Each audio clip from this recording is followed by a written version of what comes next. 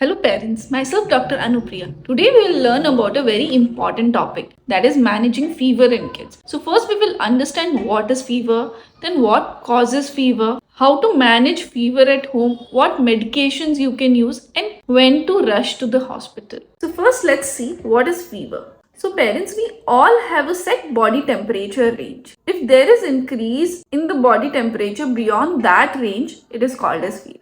Fever is nothing but natural defense mechanism by our body to fight against the infection. So what happens whenever a germ invades our body, there are certain chemicals which are released. So these chemicals go to the brain and give a signal to increase the body's temperature. So this increase in temperature slows down the growth of bacteria and viruses, which helps our immune system to destroy them. Also, increase in temperature increases blood flow to the particular site, which carries the white blood cells and other immune cells to fight the infection. Now, what is normal body temperature? A child's body temperature can vary as per the age, activity level, time of the day. So the temperature which is considered normal is 97 degree Fahrenheit to 100.4 degree Fahrenheit or 36.1 degree Celsius to 38.0 degree Celsius. Now, how to check the temperature of your baby? So as we all know, we use thermometer to check the temperature. There are three types of thermometer: digital,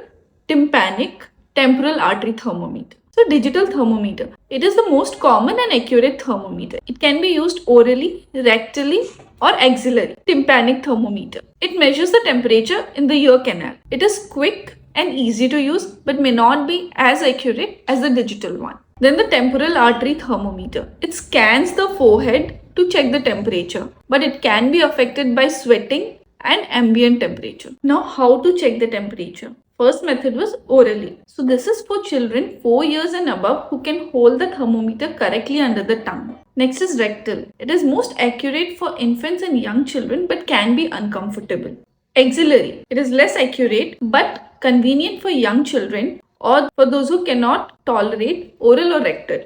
Next is tympanic. It is quick and easy, but the accuracy can be affected by the earwax or incorrect positioning. Choosing the correct method to check the temperature is very important. So the first factor is age. Use rectal for babies under 3 months, and as they grow old, you can use oral or axillary. Next is comfort. Choose a method which is comfortable and tolerable by your baby. If it's about accuracy, you want to be very precise, the most accurate one is rectal temperature.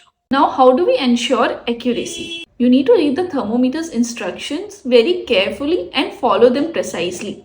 Wait for at least 15 minutes after eating or drinking anything hot or cold liquids if you're checking the oral temperature. Ensure that the thermometer is placed at the correct position for accuracy. Next, let's see the causes of fever. So most fevers in children are caused by the common viral or bacterial infections like cold, flu, ear infection, gastroenteritis, UTIs, sore throat.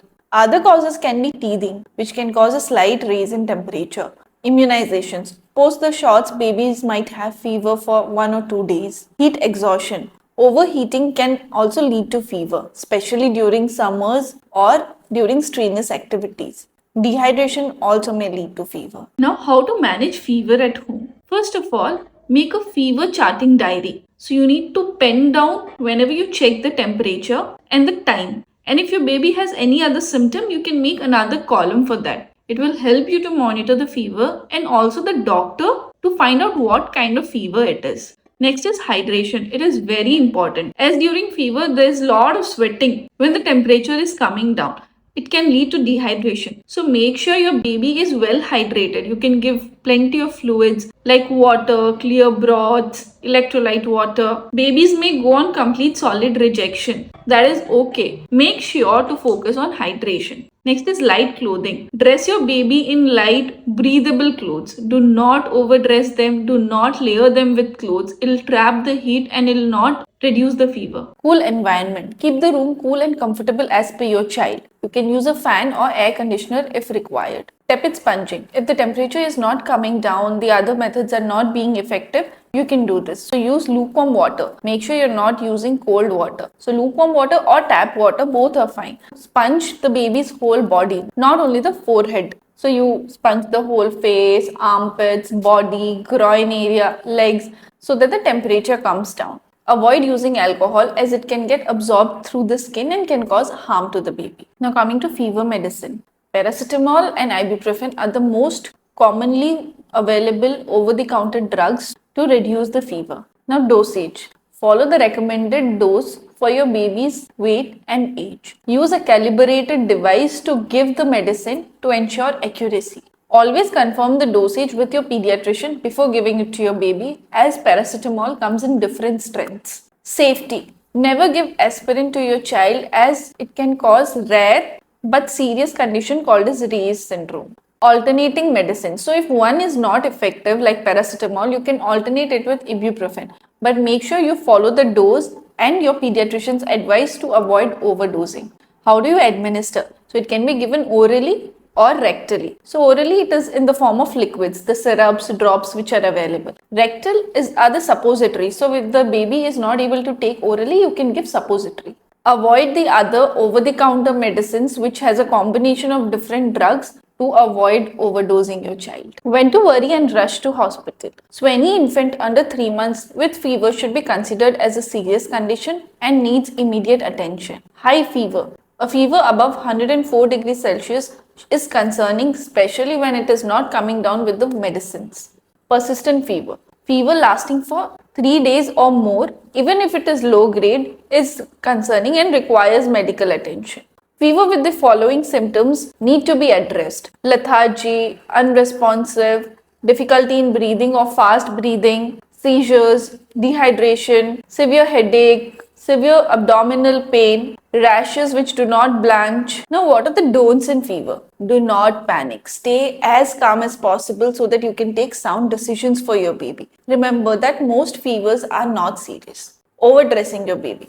Make sure you dress your baby with light breathable clothes because overdressing can trap the heat inside the body and will not reduce the temperature. Do not give aspirin to your baby as it can cause rare but serious condition called as Reyes syndrome. Do not sponge your baby with cold water. You can use lukewarm or tap water.